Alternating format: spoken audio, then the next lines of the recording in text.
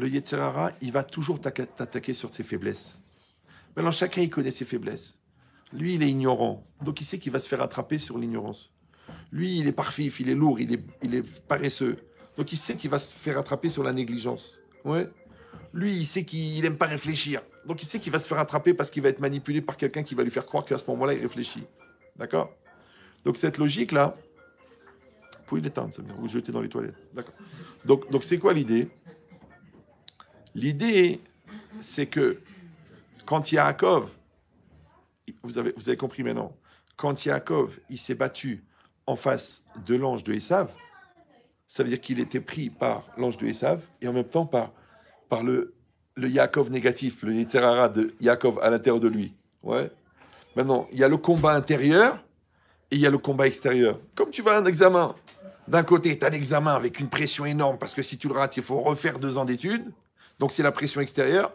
Mais tu as une pression intérieure qui te dit, ah, de toute façon, tu es nul, de toute façon, tu n'es pas capable, de toute façon, tu n'aimes pas ce que... Ça, c'est ton père qui t'oblige à faire ses études. Donc, tu as une voix négative dedans, une voix négative dehors. Et toi, tu es au milieu. Je me dis, mais non, c'est pareil dans tout. D'un côté, tu n'as pas envie de débarrasser la table parce que tu es paresseux. D'un autre côté, ta femme, la veille, elle t'a vexé. Alors, tu dis, ben, elle m'a vexé hier. Et donc, ça, c'est l'extérieur. Et la flemme de l'intérieur. Et tu es prêt entre les deux. Alors, c'est très difficile d'avoir l'autonomie de dire, eh oh, laisse tomber la flemme, elle a accouché 6 fois pour toi. Et la réalité physique de dire, eh ben quoi, débarrasser la table. De toute façon, je le ferai quand elle sera partie. Donc, je peux le faire maintenant. Oui. Donc, il faut que tu te bats dehors et dedans. Ça s'appelle à Satan, les fanenu, les acharenu. Le Yetzirah qui est devant nous et qui est derrière nous. Ouais. Donc, cette logique-là, vous avez compris, encore une fois, que si on a dit que le Yetzirah, c'est l'ange de Amalek. Amalek, on a dit que c'est la gématria de Safek. Safek, c'est le doute. Donc, le Yetzirah, il vient par le doute. Ça va ou non? D'accord.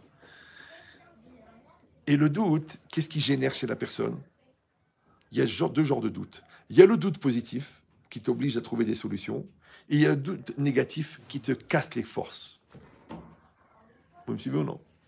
Encore il y a quelques jours, un garçon il m'a dit, vous comprenez, Arbet Chetrit, voilà, je connais la fille, ça fait 1 mois que je suis avec elle, elle est super et tout ça, elle est bien, mais j'ai un doute. J'ai quel doute? Il me dit, et si c'est pas elle?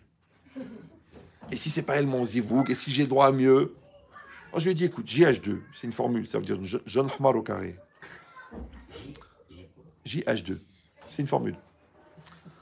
Si tu as quelque chose de concret, genre elle ment, elle triche, elle est orgueilleuse, son frère il est dealer, mais que dans la communauté, moi d'accord.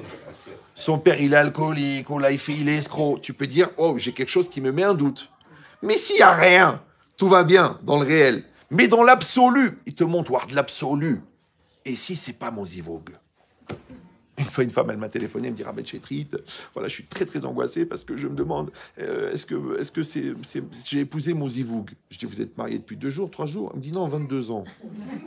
Je dis, vous avez des enfants? Elle m'a dit, 9. Je dis, attendez, 9 fois, le ballon, il est arrivé au fond des buts et maintenant, tu réfléchis si c'est ton mari? Je dis, écoutez, je pense qu'il faut consulter, là, parce qu'on n'est plus dans une question d'ashkafa, là, on est... Ouais. Mais l'idée, c'était ça. L'idée, c'est que le doute, encore une fois, il est positif. Par exemple, dans le doute dans la halakha, tu cherches la halakha. Le doute dans les doutes de la Torah, tu cherches. Le doute dans la culpabilité, est-ce que j'ai fait bien ou j'ai mal fait? C'est bien. Donc ça, c'est un doute positif. Mais le doute négatif, c'est ou un doute dans l'absolu, ou un doute qui amène toujours à du négatif. Celui-là, il faut le fuir. Celui-là, il est lié de ça. D'accord? Ok. Donc maintenant, qu'est-ce qui se passe? Quand quelqu'un, il est dans le doute, on a dit que le doute, il vient de quoi?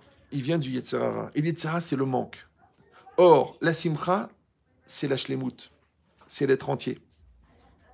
D'où on l'apprend, il dit Rav Dessler, parce que quand, justement, l'ange de Esav, il a mis à l'épreuve Yaakov Avinu, il était pressé de partir. Il voulait vite partir. Il lui a dit, d'ailleurs, laisse-moi partir. Alors, il dit, le Midrash, pourquoi il était pressé de partir? Parce qu'un ange, Hachem lui envoie une mission. Quand il a fait sa mission, sa récompense, c'est qu'il a le droit de dire la louange d'Hachem. C'est le but de sa création, qu'il aille devant Hachem de faire la louange d'Hachem. Maintenant, lui, son épreuve à lui, l'ange de Esav, c'était de mettre à l'épreuve Yaakov. Il l'a fait. Maintenant, qu'il gagne ou qu'il perd, c'est pas son problème. Il l'a fait. Ouais, comme le Yetzer Hara, il nous met à l'épreuve. Il n'est pas content qu'on soit des Réchaïm, il n'est pas déçu qu'on soit des Tzadikim, il fait son travail, il nous met à l'épreuve.